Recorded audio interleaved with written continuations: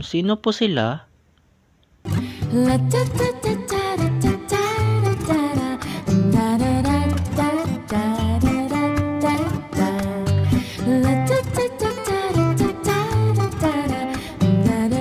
Sino kaya to? Ang ganda niya, ha? At saka yung buhok niya, kulay blue. Ang paborito kong kulay. At saka yung mga mata niya, sobrang ganda. Kulay blue rin.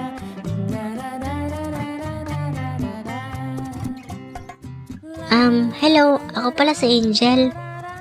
Actually, kapitbahay nyo kami.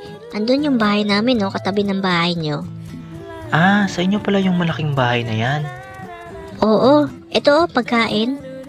Sabi kasi ni Mama, ibigay ko sa inyo ito. Kasi hindi naman namin to mauubos. Sayang lang din kung itatapon namin. Kaya sa inyo na lang to. Uy, salamat ha. Ang bait nyo naman. Walang anuman.